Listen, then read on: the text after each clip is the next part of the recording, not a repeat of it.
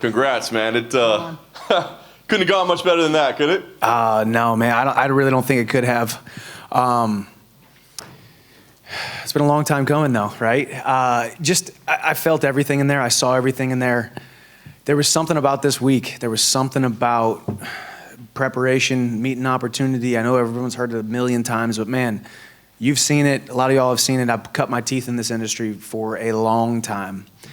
I've been preserved. My brain, my body, my will to win has been preserved for such a time as this. And it all showed tonight. Stepped into that octagon first time. And listen, I've been nervous in a lot of fights in my career. And a lot of times it's because I've had a lot to lose. You've seen those matchups, a lot to lose. And nothing to lose tonight, man. Top 5 lightweight, Dan Hooker. Of course, there was a ton of pressure, but I didn't feel it. I was there. My feet on that octagon canvas, man, rubbing my back on that cage, drinking a little bit of water, team there. I felt at home, and onward and upward. Can't wait for the next one. That's surprising, because it was crazy, like watching you walk out, you just like nonstop smile on your face. You know what I mean? I don't know if I've ever seen you quite that happy walking into a fight.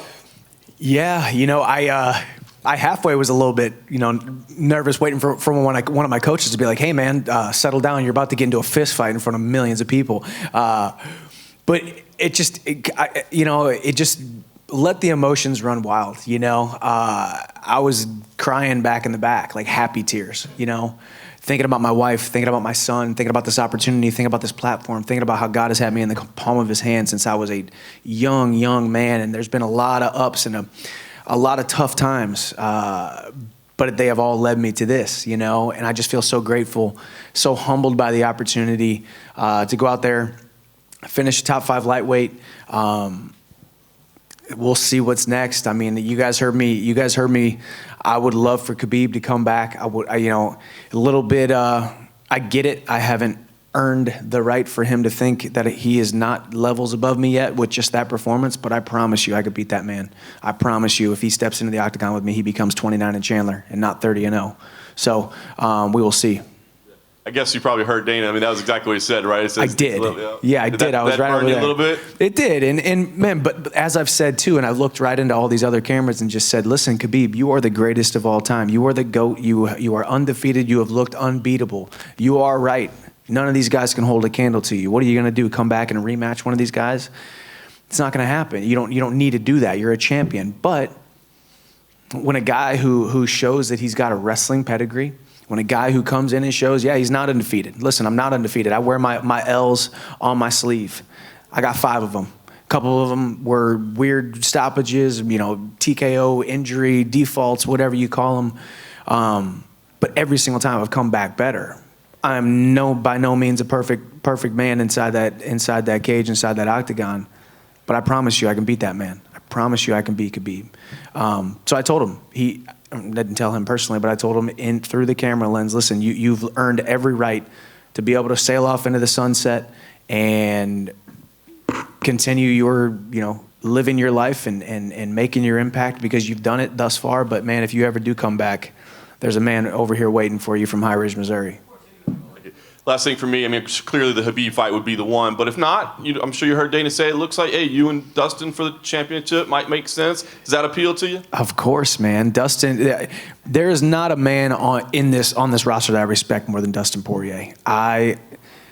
Borderline a fan of the man, we sat next to each other before weigh-ins, just talking about our wives, our kids, our life. Like I'm talking to him about my groove ring. I'm like, hey man, what kind of silicone ring you wear? And I'm like, I'm going to send him a box of these. He's the kind of guy that I would love to go and step into that octagon and beat the freaking crap out of for 25 minutes. We both get bonuses. We both go, kiss our wives and our kids and enjoy our lives. But he's one of those guys. He's one of the good ones, man.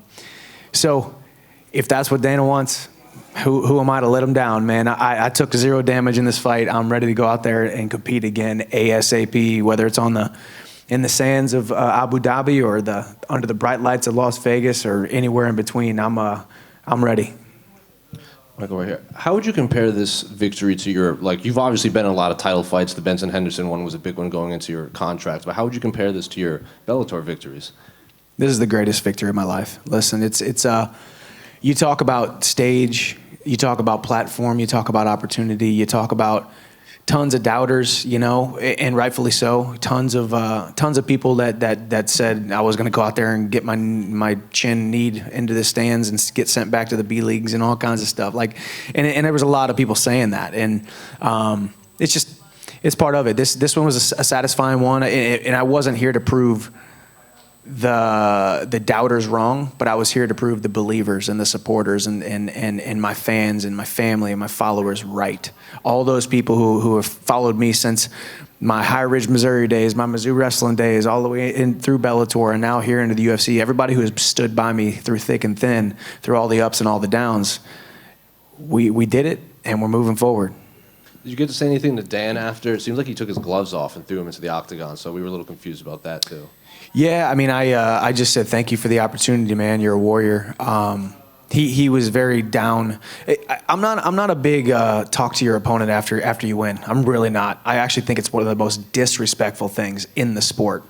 I think it's absolutely the worst when you choke a guy out or you knock him out. As soon as he comes to, you start hugging him and kissing him, and it's just no. Like, let the man take his loss. Let him breathe. Let him do his thing inside of his head. You know, I'm not there to be the holier than thou, great, you know, God of sportsmanship to pick him up when he's dust him off. No, like let him enjoy, not enjoy, but let him deal with what he just went through. Because trust me, I've been through it too, and I don't want anybody to look at me, touch me, talk to me for about a week. So.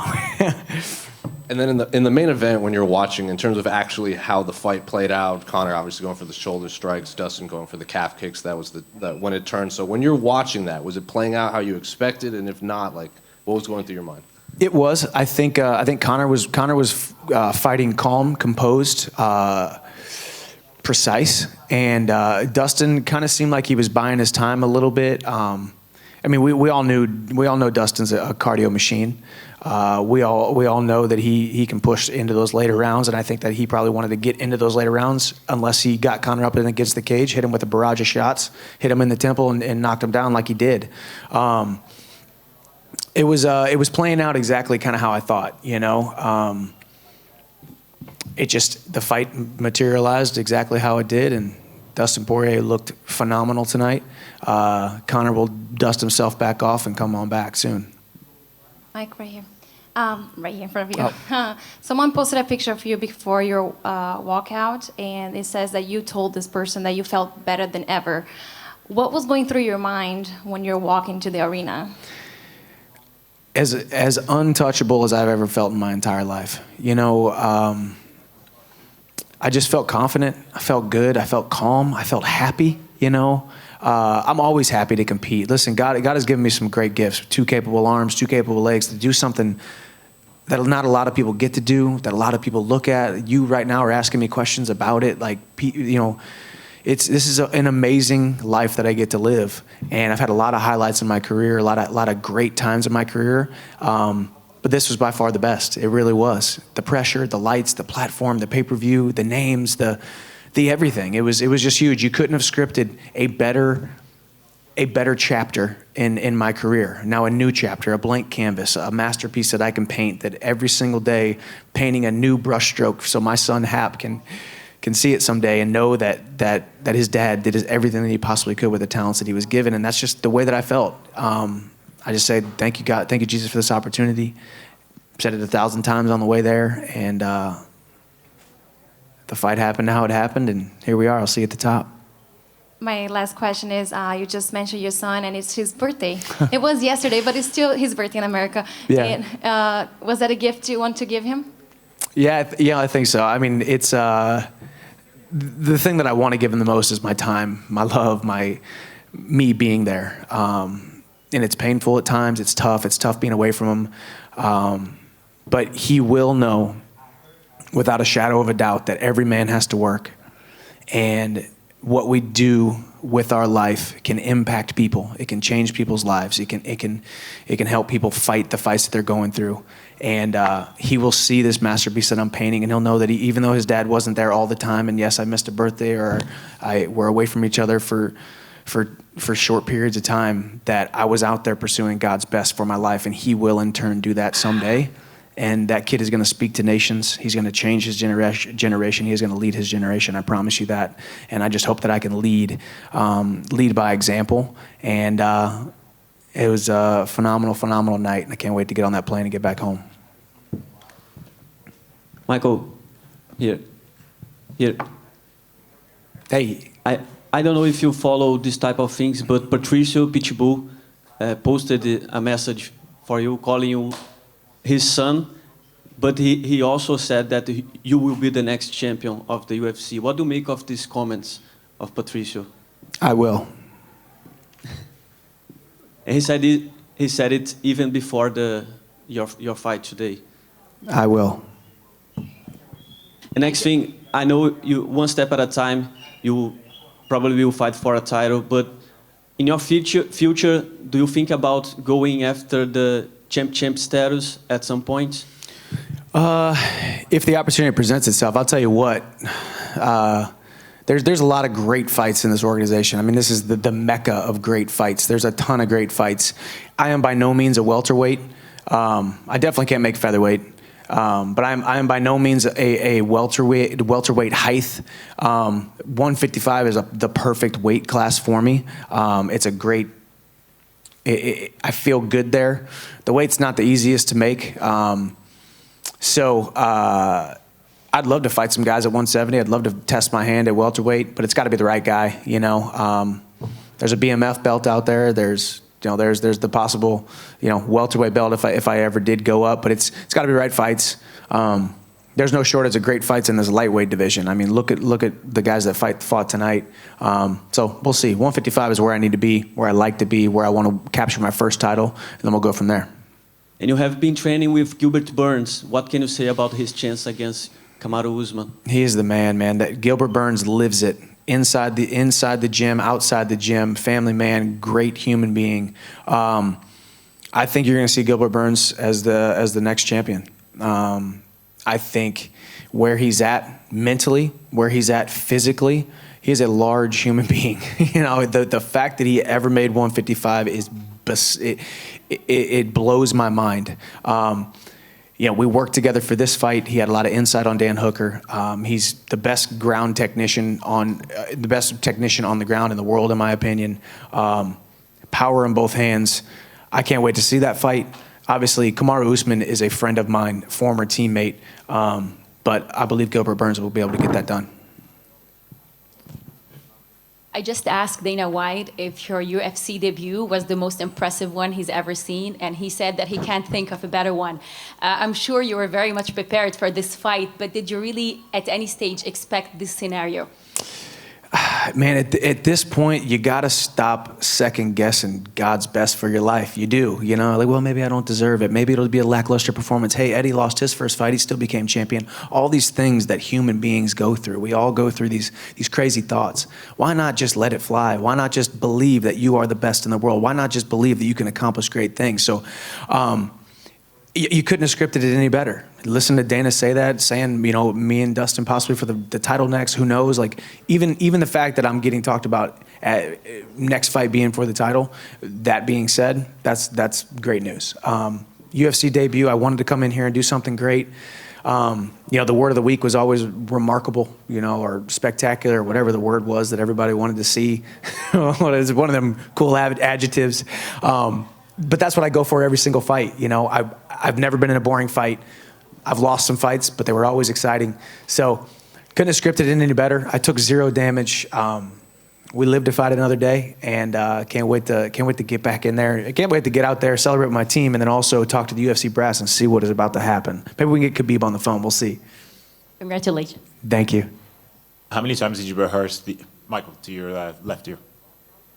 How many times did you rehearse the Ric Flair post-fight interview?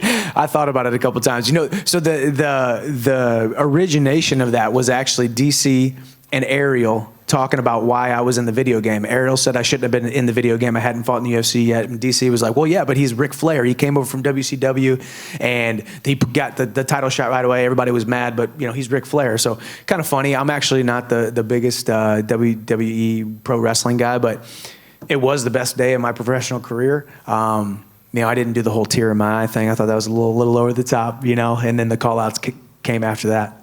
You say it's the best day of your career, but you're a 3-time Bellator lightweight champion. Do you think that it's the best day of your career? Because obviously, as we talked about in the build-up, there were people that were doubting your legitimacy, and obviously you incised them in emphatic fashion. Yeah, listen, it depends on what you fight for. Do you fight for money? Do you fight for cars, glitz, glam? Do you fight because you like to fight and inflict harm on people? I think I like all of those things in moderation or to a certain extent, but the biggest thing that I want to do with this career, with the talents that God has given me, is be on the biggest stage, the biggest platform, to have the loudest voice possible. It doesn't get any better than the co-main event, sharing the octagon right before Conor McGregor and Dustin Poirier go out there. 2 of the most electrifying lightweights on the planet. It doesn't get any bigger than that. I can't wait to see the numbers. Every single one of those people saw my fight. It wasn't like, it wasn't the first fight of the night and people were just kind of, maybe I'll buy it, maybe I won't. It was the co-main event. I was warming up the octagon for 2 of the baddest dudes, 2 of the biggest superstars on the planet. It doesn't get any bigger than that platform. So yes, best day of my professional career because I was able to have this voice, have this platform, have this opportunity. And what's been the reaction from the friends and family? Your phone must just be blowing up right now, right? It is. I haven't talked to anybody besides my wife. Called her right away. She was in tears. She's proud of me. That woman, I would not be sitting here today doing what I'm able to do without that woman. Her support, her selflessness, her sacrifice. She's a career woman herself, so she's working a full-time job, getting extra degrees, becoming a doctor, taking care of our son, taking out the trash, doing all the stuff that I should be doing. So I can't wait to get on that plane and go see her. But phone's blowing up, social media is blowing up, obviously. So it's great. This is just the part of the ride, and here we go, heading to the top. Finally, you were eyeing them during the media day. Do you want another brownie? I saved one for you. Oh my gosh, yes I do. You have a brownie right now? Yes, I do. All right, consider it mine. You're a swell guy. You are a swell guy. Thank you. I wish my fiance thought that. Yeah. Mike, over here to your left. Yeah.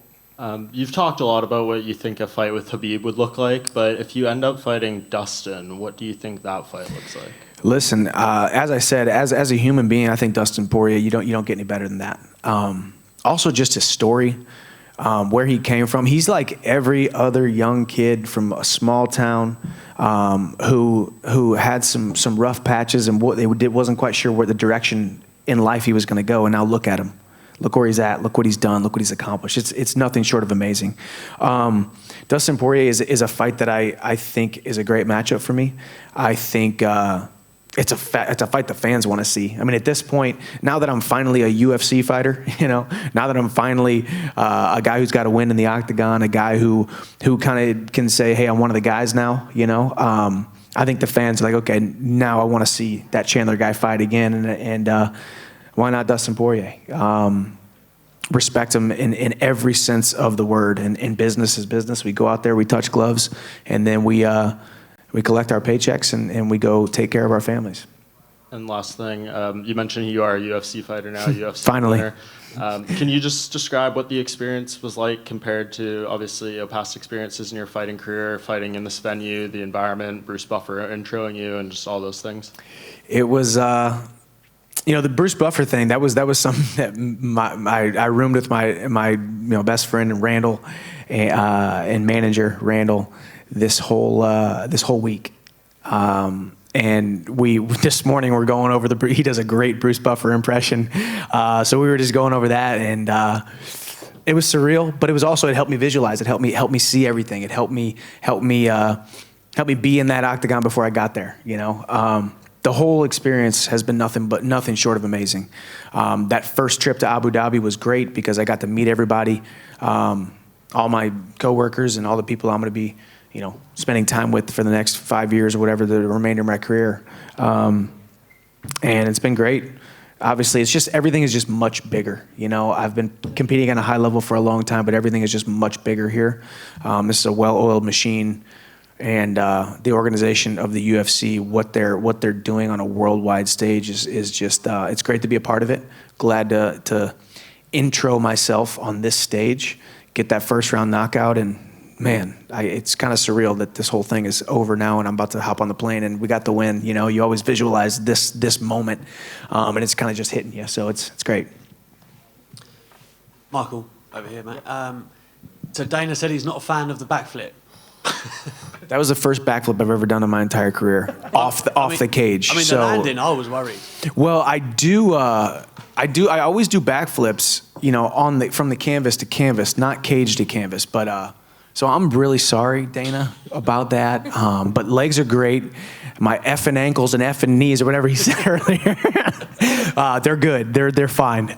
So He also said he didn't quite hear what you said to him in the cage. So do you want to relay the message to him? you know, I don't quite know either. I was blacked out. I won't remember any of this either. No, but probably just something about Khabib. You know, listen. I was sitting back there over there at the side of this press conference. I'm like, dadgum, dude, you must not want to come back. If you don't want to come back, that's fine. But don't act like your level's above me. I promise you I will bury that man. I'm getting mad thinking about it. But I would love to fight him. But like I said, he's the champion for a reason. He deserves to sail off in the sunset. So no more backflips because of my effing ankles and effing knees. But yeah, I just said, let's go, man. I'm excited. He's probably said something about the promo I cut at the end. We'll see. And going back to Khabib's retirement, obviously your road to the UFC, a lot of people would have liked to have seen you here a lot earlier. But will it be a bit sad that you don't get to test yourself against Khabib, obviously undefeated, the man who many consider to be the greatest lightweight champion of all? Would it feel a bit almost tainted if you won the title and it wasn't against him? To know that he's out there and still in his prime, yeah, it's a little tough to pill to swallow, because, you know, when a guy retires because he's past his prime or he just barely held on long enough to retire. Did like GSP, did he retire with the title? Yeah, he retired with the title and just wanted to. But he had earned that right, just like Khabib did. But he was kind of past his prime a little bit, not really. I think our primes, that what we think a fighter's prime is much later than most people would say. Everybody says it's a young man's game. It's not. Every superstar on this roster is post 30 now, almost. So it will be a little bittersweet if it's not against Khabib, because I think he's the greatest of all time thus far in the lightweight division. But as I said, if we fight, he's going to be 29 in Chandler. Thank you, guys.